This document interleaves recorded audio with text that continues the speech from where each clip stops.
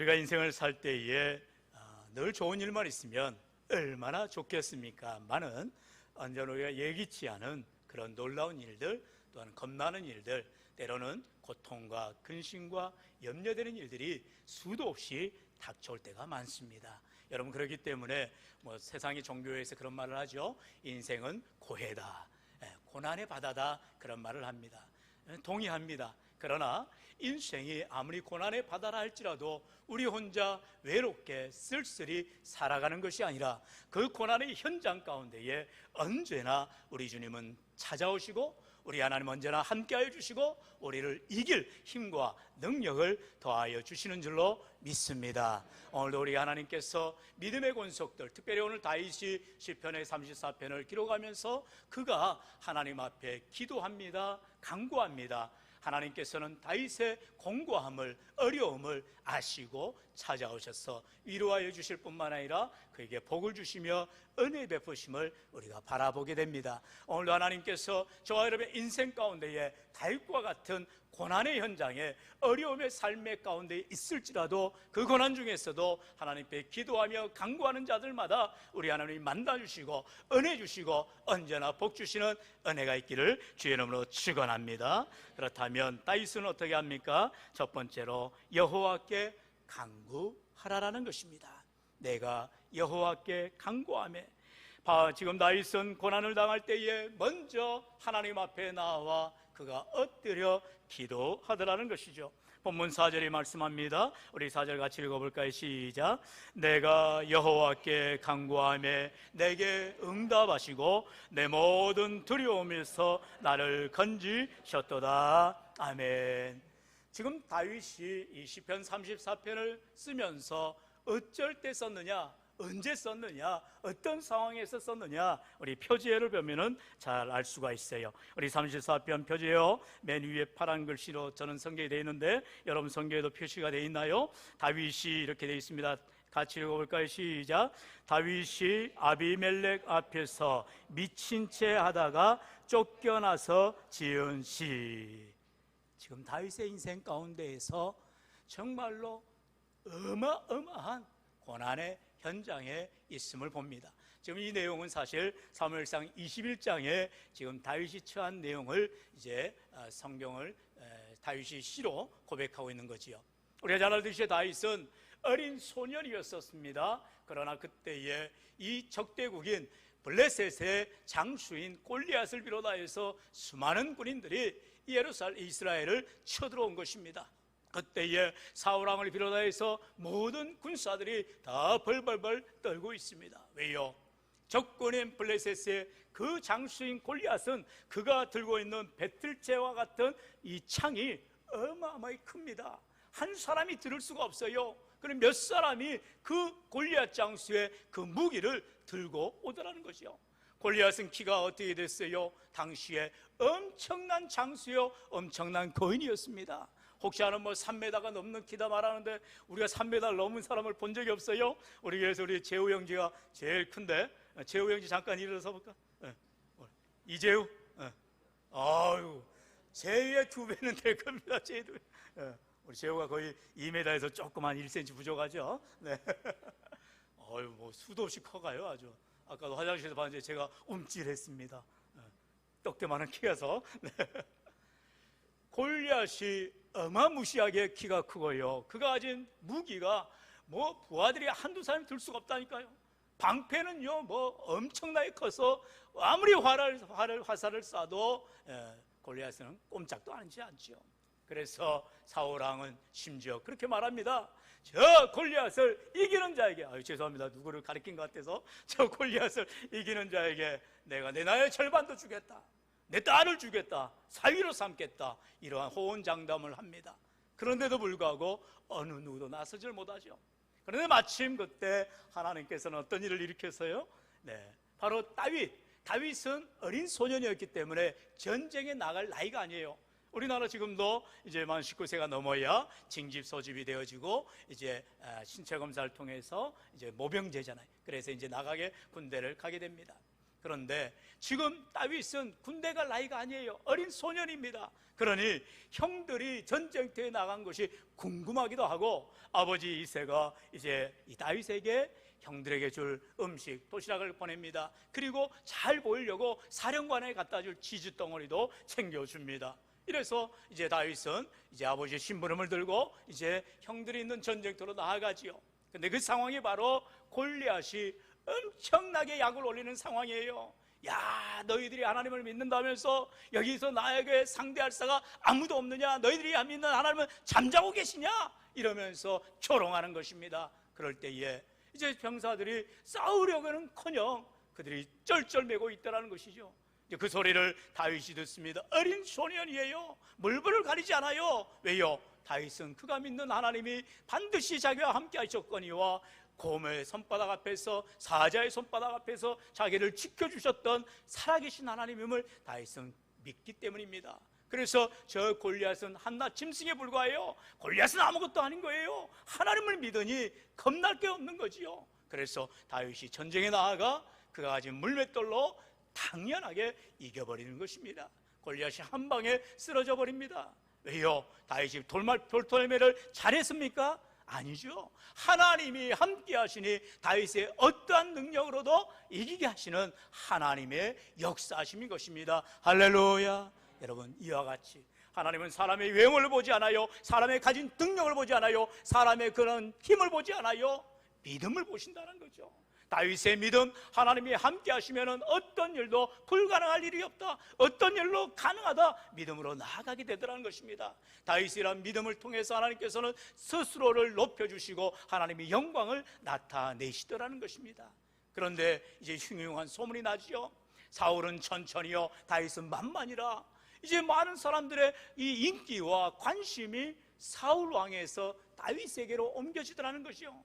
사울은 스스로 왕이 되려 했던 자입니다. 교만한 자입니다. 그러니 자기가 왕이 되어서 이 나라의 모든 지도자로서 모든 관심이, 모든 인기가, 모든 명예가 자기에게 와야 되는데 다윗에게 쏠리는 것이에요. 그러니 사울은 이기심이 생깁니다. 질투와 시기가 그렇게 일어나는 것이에요. 그래서 결국 다윗을 죽이려고 합니다. 자기의 딸을 줬음에도 불구하고, 사이가 됐음에도 불구하고 다윗을 죽이려 하는 거예요. 그러니 다윗이 이스라엘에서 살 수가 없지요. 그래서 이제 망명을 갑니다. 이제 도망을 가는데 그만 블레셋이란 나라에, 사무엘상 21장에 보면 가드라는 지역으로 가게 되지요. 그래서 가드의 왕 아비가일 앞에 서게 되더라는 것입니다. 그런데 세상에 이제 다윗이 바로 그 블레셋 나라에서도 소문이 난 거죠. 자신들이 믿고 있던 골리앗이 죽었으니 자신들의 그 믿었던 골리앗 장수를 죽인 자가 누구냐? 다윗이라는 거예요. 그래서 다윗의 모든 상황을 알고 다윗이 지금 자기들 나라에 와서 망명 와서 도망와서 있는 것을 보고, 너가 우리나라에는 장수인 골리앗을 죽인 자가 아니냐? 그렇게 말할 때에 다윗은 순간 위기를 묘면하기 위해서 침을 질질 흘리는 것입니다. 그리고 미친 체 하는 거예요. 왜요? 그래야 자기가 다윗이 아닌 것처럼 해야만 살 수가 있기 때문인 거죠. 여러분, 이럴 때에 다윗이 정말 얼마나 불쌍합니까? 얼마나 짠합니까? 오죽하면은 침을 질질 흘리면서 하나님을 믿었던 그 다윗이 지금 원수 앞에서 살기 위해서 발버둥을 치고 있는 거예요. 미친 척 하는 것입니다. 이런 다윗의 연약한 가운데에서도 그는요, 입술로 범죄하지 않았어요. 우리 지난주에 함께 말씀을 나눴듯이 욥이 그의 아들, 딸이 다 죽고 가진 재산이 다 없어지고 질병 가운데, 고통 가운데 있어도 하나님 앞에 원망하지 않았던 것처럼 다윗은 오늘 시편 34편에 보면 한마디도 하나님 앞에 불평하거나 원망하지 않더라는 것입니다. 오히려 오늘 말씀은 그렇게 시작하지요. 내가 여호와께 간구하며, 비록 지금 자기가 원수의 나라에 도망와서 망명와서 그 사람들에게 이제 자기가 죽음의 위기 앞에서 미친 척해야 되며 또한 침을 흘리는 그런 상황에서도 하나님 앞에 기도하는 자다라는 것입니다. 간구하는 자라는 것입니다. 오늘 그렇게 이와 같이 다윗의 모습을 놀랍게 하나님이 변화시키는 것을 보게 됩니다. 때로는요, 우리의 삶 가운데에 고난 당하고 어려움 당할 때가 옵니다. 때로 억울한 일을 만날 때가 있어요. 그럴 때에 내 입술에 파수꾼을 세워야 된다는 것입니다. 내 입술에서 두 말이 나가서는 안 됩니다. 하나님을 찬양하고 하나님께 불평해서는 안 되는 것입니다. 하나님께 그저 기도하고 엎드려 간구하는 믿음의 고백이 있어야 한다는 것입니다. 그런데 세상 사람들은 어떻게 해요? 그 상황을 모면하기 위해서 힘 있는 사람 찾아갑니다. 돈 많은 사람 찾아갑니다. 세상의 능력을 의지하더라는 것입니다. 하지만 믿음의 사람들은 오직 하나님만이 이 문제를 해결하심을 믿고 엎드리게 됩니다. 기도하게 됩니다. 오늘도 저와 여러분의 인생 가운데 이처럼 어려운 일 만날 때, 힘든 일 만날 때에, 내가 어찌할 수 없는 상황 가운데 있을 때에 엎드려 부르짖어 기도할 수 있기를 주의 이름으로 축원합니다. 그렇게 기도해야 하나님이 들으시더라는 것입니다.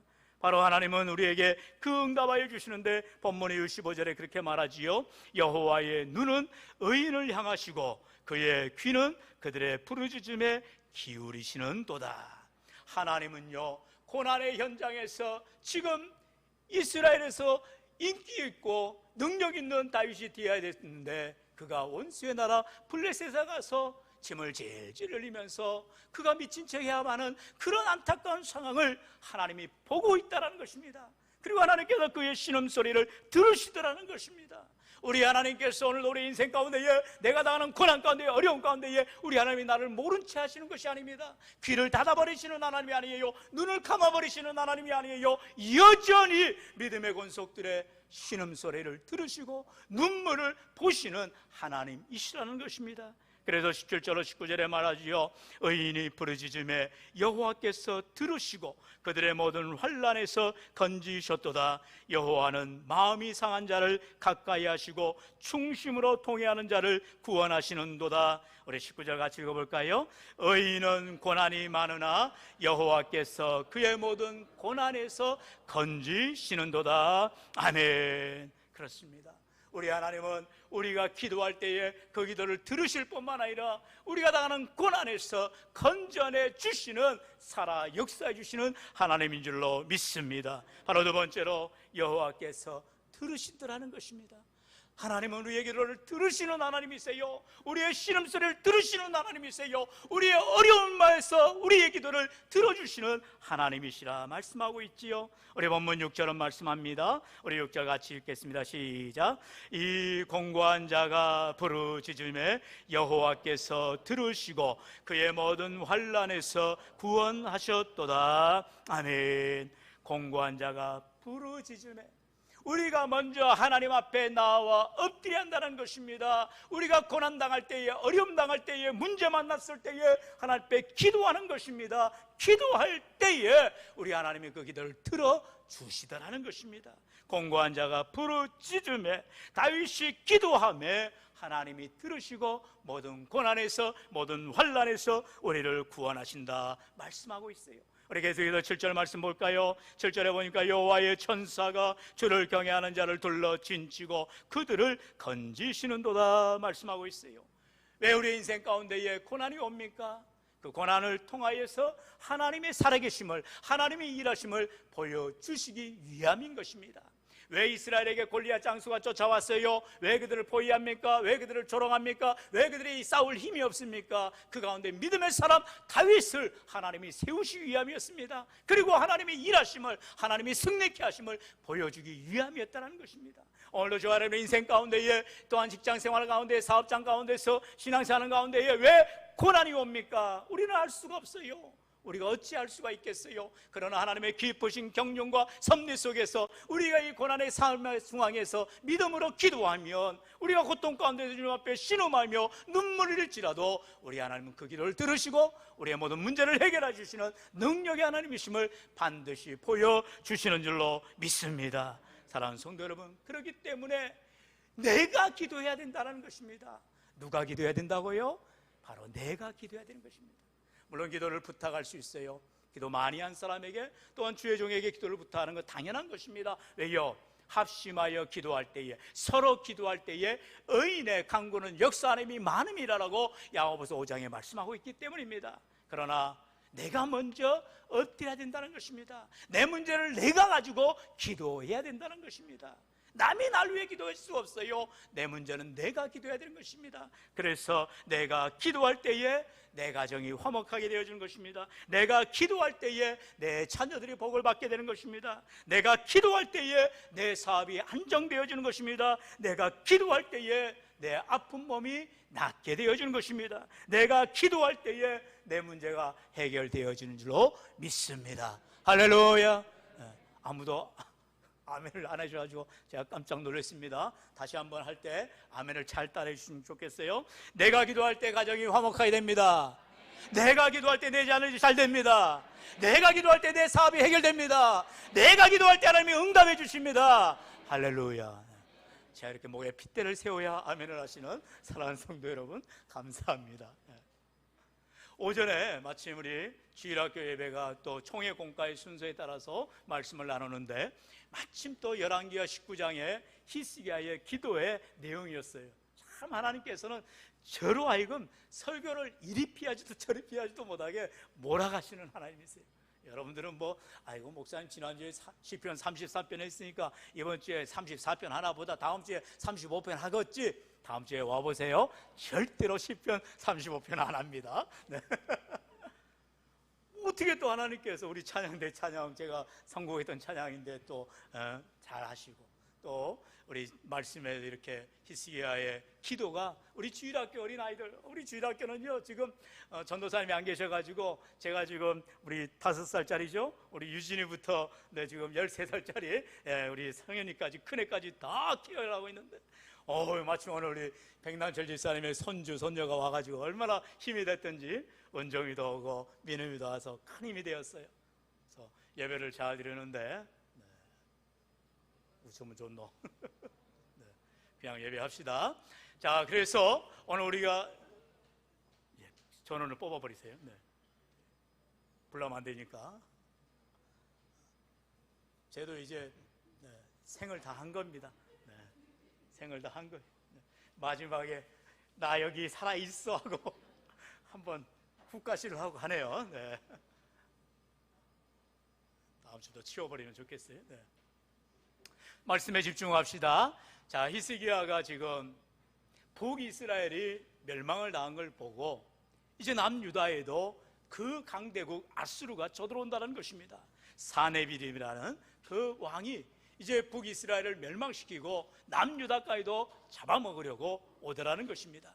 그런데 그 과정에서 랍사게라는 장수가 이제 이 이스라엘을 또 경멸하는 것입니다. 마치 골리앗 장수가 이스라엘 백성들 앞에 야 너희들 가운데는 나오고 싸울 사람이 하나도 없느냐 이렇게 모멸감을 주듯이 지금 이 랍사게 장수가 이제 히스기야 왕을 비롯한 유다 사람들에게 아니 유다의 너희들이 하나님을 믿는다면서 도대체 하나님이 우리를 도와주냐 너희와 함께하느냐 말하는 거예요. 그럴 때에 분기가 탱천하지요. 하지만 히스기야는 하나님의 전에 나아가 이 랍사게를 통해서 사내미 보낸 편지를 성전에 놓고 그가 기도합니다.